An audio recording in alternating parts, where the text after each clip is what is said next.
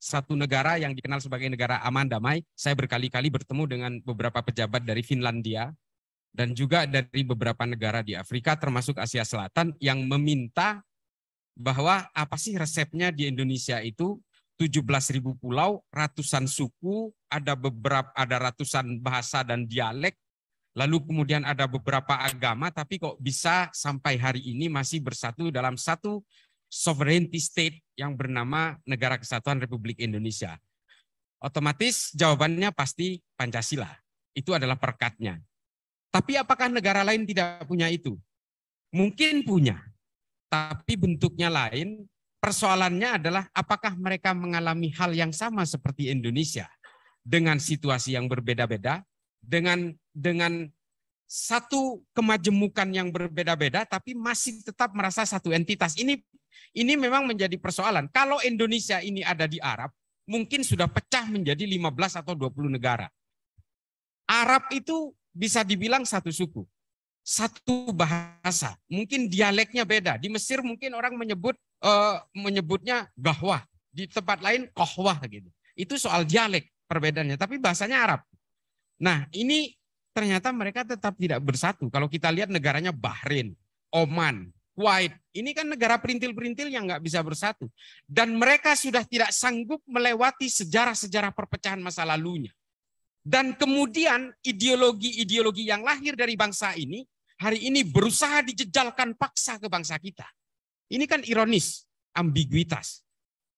Paham-paham khilafah dan sebagainya, itu yang dianggap sebagai paham yang diturunkan dari langit oleh Tuhan, berusaha dijejalkan kepada kita, sementara khilafah itu sendiri tidak bisa menyelamatkan dirinya sendiri.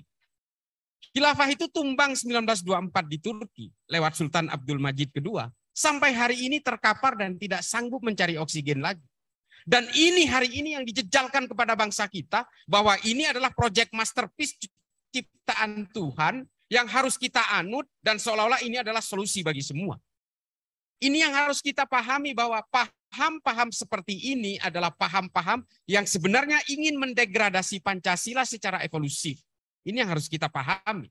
Berjubah-jubah agama dengan membajak kesalehan, mereka lalu bergulir di tengah-tengah kita, di kampus-kampus kita, di generasi muda kita, karena mereka nanti 20-25 tahun ke depan akan menjadi pemimpin, dan dengan harapan mereka akan melakukan revolusi merangkak, menguasai wilayah per wilayah, enklav per enklav, hingga akhirnya betul-betul Pancasila ini betul-betul akan mati dengan sendirinya melalui regulasi-regulasi yang akan diciptakan oleh mereka.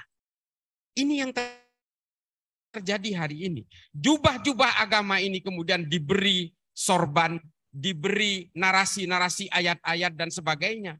Hari ini orang-orang betul-betul terbius dengan jubah agama. Padahal kejadian seperti ini tidak hanya terjadi hari ini. Ini sudah berabad-abad. Modus penipuan politik menggunakan agama. Saya kembali ke sejarah masa lalu. After the prophet era. Pasca kenabian Muhammad.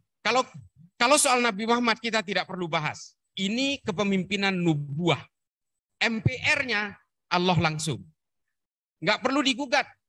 Allah mengawal kepemimpinan Nabi Muhammad di Madinah. Ini adalah kepemimpinan yang maksum, yang akan terbebas dari perbuatan-perbuatan salah yang mengakibatkan dosa. Tapi setelah itu, manusia biasa yang memimpin. Mulai dari Abu Bakar, Umar, Utsman, Ali.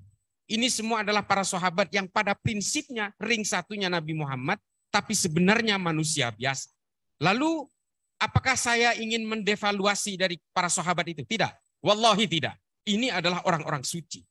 Saya selalu menyebut nama Sayyidina di belakang mereka. Karena ini adalah bagian dari ring satunya Nabi Muhammad dan mereka mewarisi hadis-hadis ribuan hadis sahih. Tapi bagaimanapun ketika mereka terlibat dalam pergumulan-pergumulan politik, mereka tetap saja bergumul dengan kejahatan-kejahatan yang melingkarinya. Kalau bukan dilakukan oleh dia, pasti dilakukan oleh orang lain. Inilah politik dalam konteks beragama.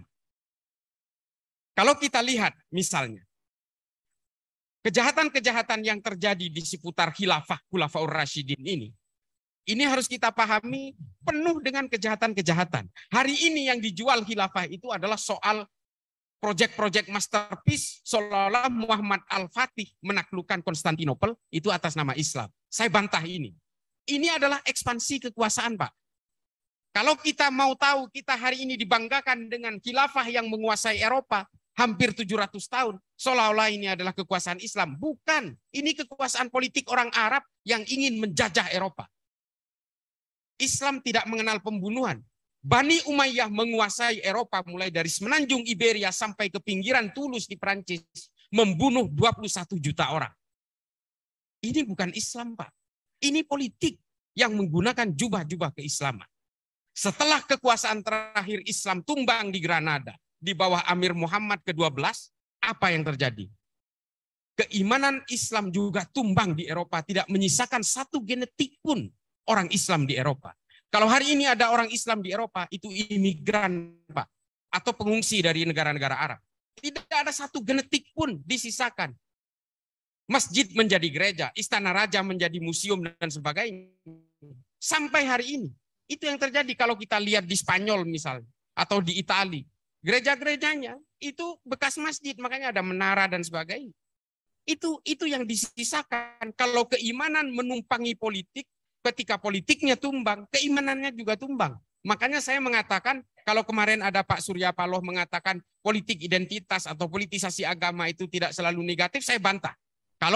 Kalau kita mau bantah-bantahan secara akademik, kita tidak bisa menyamakan antara Jong Sumatran, Jong Celebes, Jong Java, Jong Ambon.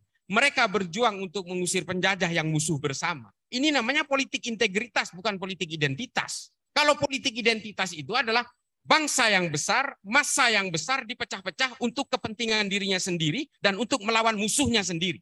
Itu politik identitas.